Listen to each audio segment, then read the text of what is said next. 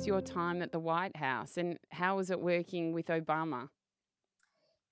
Yeah, I think my time at the White House will be just one of the most cherished working experiences I'll ever have. I had a pretty unusual time there in that because this position did not exist before my time there, I was really defining it and what it would look like. Mm, And my goal was to create a nudge unit, or that's what they're informally called. Our team was called the Social and Behavioral Sciences team, but to create a dedicated team of behavioral scientists who could apply insights from behavioral science to public policy. But I was given no mandate and I had no budget to create this team. And so in many ways, I felt like I was just building a startup in my parents' yes. basement. I had no resources. I had to be so creative about the kinds of ways that I try to inspire interest because I couldn't just say, oh, President Obama said you should do this, right? It was just Maya thinks you should do this. And so I was knocking on, talk about, this is the period of life where I probably got the most no's I've ever gotten, knocking on every single door I could in government, asking if they were interested in partnering with me on an early pilot, being told a gazillion times, but knocking on a sufficient number of doors that ultimately I was able to get a few pilots launched. And I want to give just one example of what one of these pilots looked like to give color to what behavioral science is for those who are listening who don't Absolutely. know. One of the pilots we worked on was with the Department of Veterans Affairs. So we offer an employment and educational counseling program to veterans who have spent time overseas, and they're returning from their years of service. And that transition can be really fraught with lots of challenges and complications and psychological and physical trauma.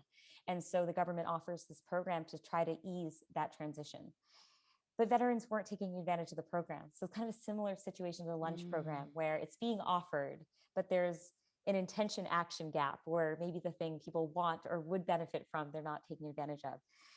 And the Department of Veterans Affairs came to me, and at this time, teammate or two of mine, and said, look, we don't have a big budget, so you're just going to have to work with this one email message that we're sending out to vets. And we ended up changing just one word in the email that we sent to veterans. Instead of telling them that they were eligible for the program, we simply reminded them that they had earned it through their years of service. And that one word change led to a 9% increase in access to the program. wow.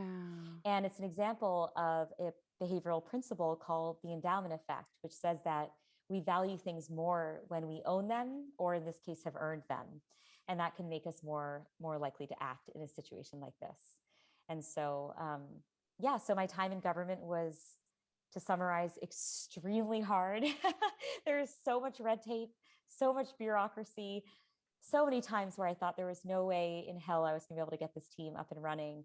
But I think the same grit and persistence I cultivated when I was a little kid as a violinist, I was able to put to use when I was in government. And tell me, because I know obviously when governments change, it's 4 years in America. Yeah, 4 years 4 of a years. presidential term with Yeah. the chance of a reelection, so an additional four Yes. years. For Obama, I actually worked for the second term, so I knew after the 4 years there was going to be some leadership change. I just didn't know what it would turn out to be. Yes. So how do you make sure that the work that you're doing, or can you make sure that it continues onwards? I love this question, Sarah, because I got some really critical advice from my boss when I was just starting off in the White House that really changed my entire approach to building this team. He had worked for President Clinton for 8 years, had left during the Bush administration, and then came back during President Obama's administration. And he, what he told me is that when he left after the 8 years of working for Clinton and Bush came into power, it was as though he had built this elaborate sandcastle on the beach, and one wave came and just crashed the whole thing over. And so he said, Maya, you have to build things to stay in government, Mm, and you want to try your hardest to not have them be so attached to the parts of government that do change with new administrations and political leadership, but instead bake them into parts of government that are much sturdier, that um, don't seem to be at the whim of whoever the particular president is, or Yes. whichever, party is in power. And so I ended up deciding for that reason to build the social and behavioral sciences team in a fairly bipartisan government agency, that persists through different leadership changes, right? And for that reason, the team has actually, it's a different name, but it's existed since my time there, Oh, and it's wow. continued to do really excellent work. Helping with the opioid epidemic, helping on natural disaster relief, helping students. Like it's really amazing what can happen when a team is positioned to simply do good government. There Mm. doesn't need to be a political affiliation. We were just trying to make public policies and programs more effective and more efficient that already existed. Obama seems like a very charismatic man. How was it when you had your encounters with him? Yeah, he's incredibly charismatic. He's so charismatic that he makes you feel like you're the most charismatic person in the Yes. room, which I heard is the definition of true charm.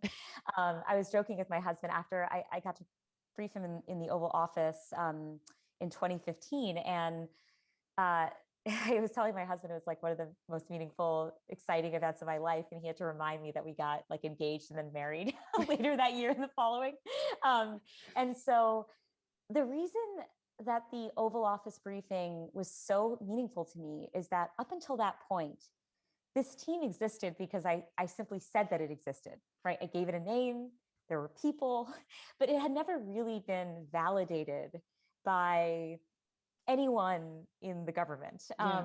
and certainly not, at the level of the president. And so when we were invited in, for him to even say the words, the social and behavioral science team, out loud, like he probably didn't even recognize what significance that had for me. But I was like, oh my God, I just wrote that on paper one day. And now it's all of a sudden a thing. And the president's saying it out of his mouth. And that's amazing. And so I think there was an incredible morale boost that happened for my entire team that day, which is we went from being kind of like, I guess we always felt like the underdogs, but we went from being like the underdogs that like no one really knew of, but we're just like fighting our way to be heard, to finally being an entity that was really recognized by, the highest authority. And as a result of that meeting, he ended up signing an executive order that fall that made my team a permanent part of government, and did issue a directive to Mm. agencies to use behavioral science as a matter of course. And so that was a major institutional win, certainly for behavioral science.